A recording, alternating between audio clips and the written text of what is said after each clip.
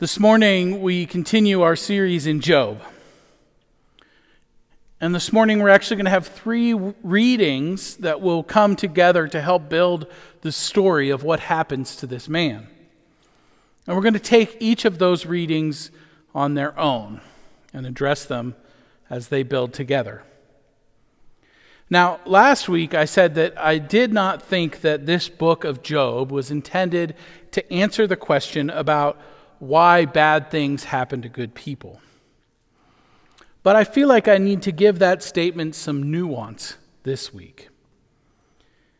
Because the reality is, the book of Job is about human suffering. It is a critique of what's known as the doctrine of just retribution, the idea that good people get blessings and bad people get punishment. It is about our response to suffering, and it is about God's response to our response. It's just that it doesn't provide the why answer that we so desperately wish we had. So let's back up in the story a bit. Last week, you'll remember that we learned about Job losing his children and all of his wealth. In between then and now, in chapter 2, Job also lost his health. He is truly suffering. And his wife has encouraged him to just curse God and die. And he has been joined by 3 friends who spend the first 7 days of their visit simply sitting with Job in silence. Job is the one who breaks the silence here in chapter 3. Let's hear what he has to say. After this, Job opened his mouth and cursed the day of his birth. Job said, "Let the day perish on which I was born, and the night that said a man-child is conceived. Let that day be darkness. May God above not seek it or light shine on it. Let gloom and deep darkness claim it. Let clouds settle upon it. Let the blackness of the day terrify it. That night, let thick darkness seize it. Let it not rejoice among the days of the year. Let it not come into the number of the months. Yes, let that night be barren. Let no joyful cry be heard in it. Let those curse it who curse the sea, those who are skilled to rouse up Leviathan. Let the stars of its dawn be dark. Let it hope for light, but have none. May it not see the eyelids of the morning, because it did not shut the door of my mother's womb and hide trouble from my eyes." Friends, this is the word of the Lord. Thanks be to God. Job is worn out. He can't take the suffering anymore. He's held the pain in long enough. And out it comes. He cries out, not necessarily to God, not really to anyone in specific. He just cries out. He vents. He complains. He wishes that he was never born. He wonders why he was ever conceived. He seems to be requesting a reversing of the creation narrative where God spoke light into being. Job is requesting darkness to be on that day. When God spoke life into being, now Job is wishing that his life had never existed. These are harsh words from Job, no doubt, but I think they are words that many of us can understand. When we are in pain, when we are mourning. When we are suffering, we often find ourselves full of despair and just wishing that all of it would go away. But boy, those kind of feelings we are so uncomfortable with. And so it was with Job's 3 friends. They sat quietly with him for days, but once he cries out in despair, they can't stay silent anymore. And so his first friend Eliphaz breaks the silence. And it is very quickly obvious that maybe Eliphaz should have just kept his mouth shut. Well, let's listen to what he has to say in chapter 4. Then Eliphaz the Temanite answered, "If one ventures a word with you, will you be offended? But who can keep from speaking? See, you have instructed many. You have strengthened the weak hands. Your words have supported those who were stumbling, and you have made firm the feeble knees. But now it has come to you, and you are impatient. It touches you, and you are dismayed. Is not your fear of God your confidence, and the integrity of your ways your hope? Think now, who that was innocent ever perished? Or where were the upright cut off?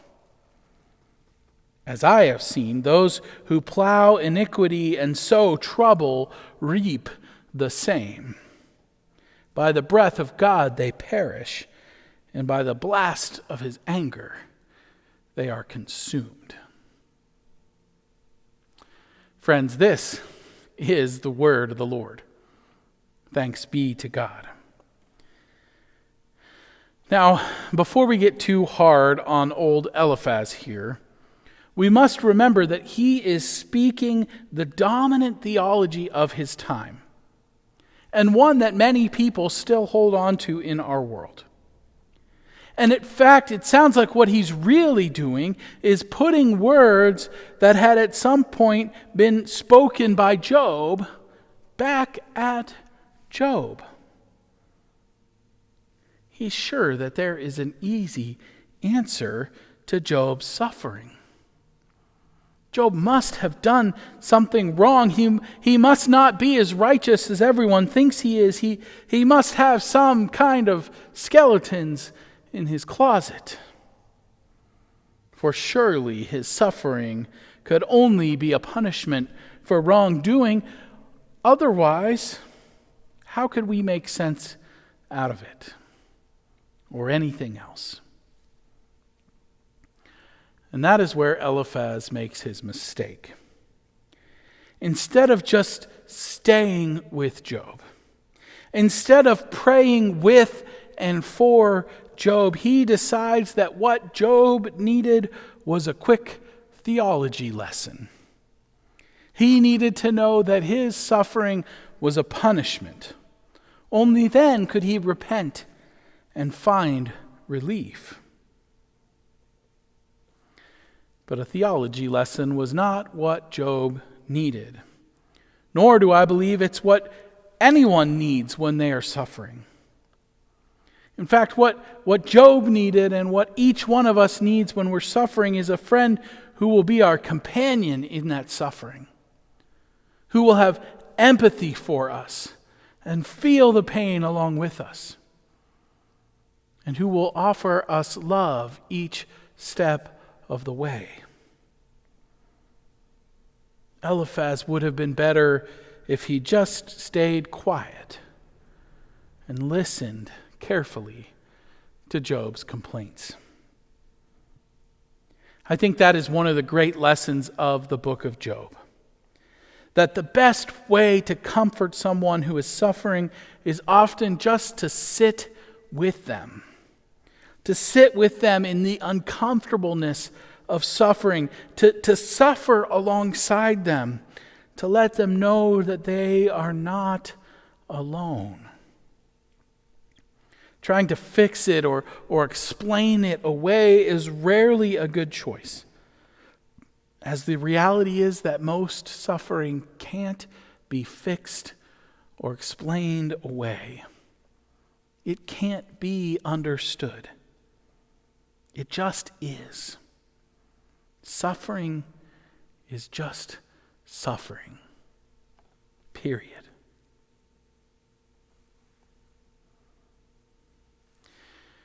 But there does seem to be a little bit of a positive in Eliphaz choosing to speak to Job in this way.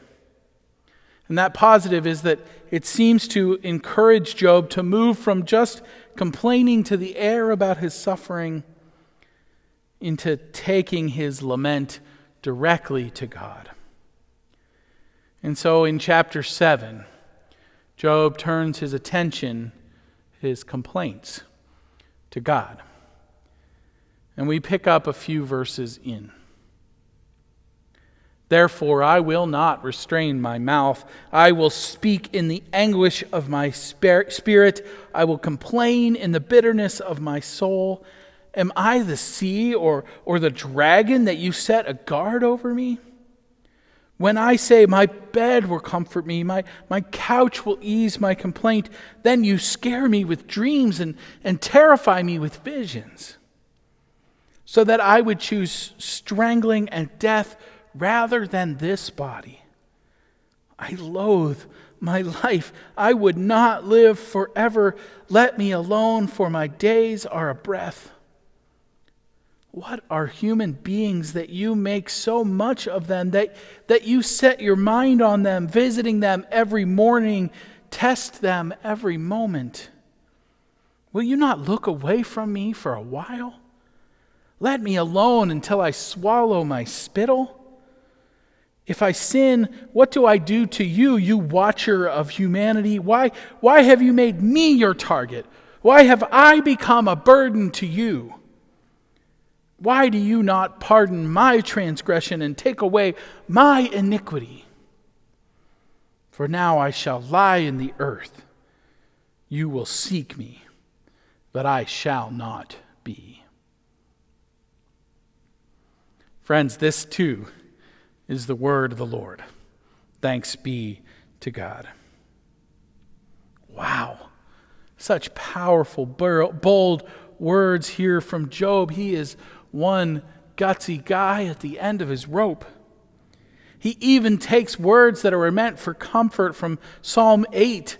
What are human beings that you make so much of them, that you set your mind on them and turn them into, and he takes those words, those beautiful words, and he turns them into an accusation of God.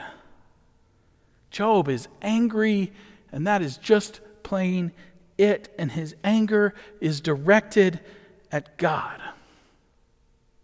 For he does not understand why all this has happened to him. He can't make sense out of what he knows of the world and of God and his current situation. They just don't compute. The difference between what he understood about God and what he is experiencing right now is just overwhelming. And he can't stand it anymore.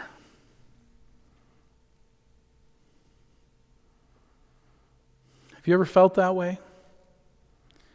Have you ever been through something that contradicts the way you think the world should go?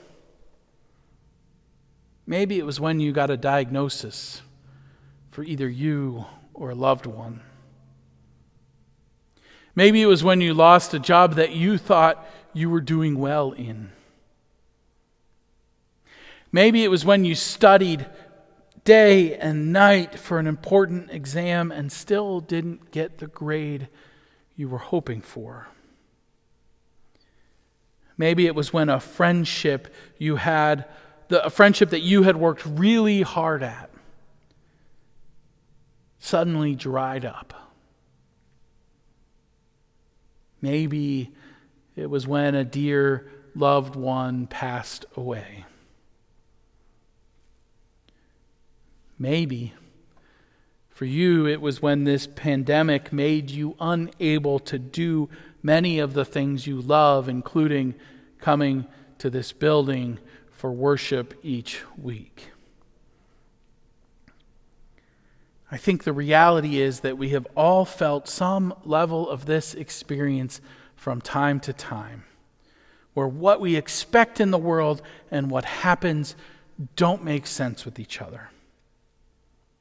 And I think that one of the gifts that the book of Job gives us is a fine example of how to lament, how to cry out to God, how to complain with the best of them, how to let our raw emotions be on display, how to begin a healing process even when healing is the last thing we can imagine. You see, later in this story, God never reprimands Job for crying out in this way. God does respond and try to correct some of Job and his friends' theological assumptions. But God never tells Job that he was wrong for crying out, for lamenting, for having the emotions that he had. So that's what I think we need to hear today.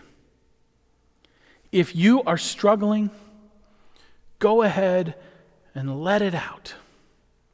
Find a friend who will keep their mouth shut and just sit with you and cry and care for you and love you. And if you've got a friend who's struggling, who's suffering in some way, don't be like Eliphaz. Don't try to justify their pain. Don't try to explain it away or make sense out of it. Just sit there with them in the uncomfortable messiness of suffering. And give them a friend, a companion on the journey. And to God be all the glory, now and forevermore. Amen.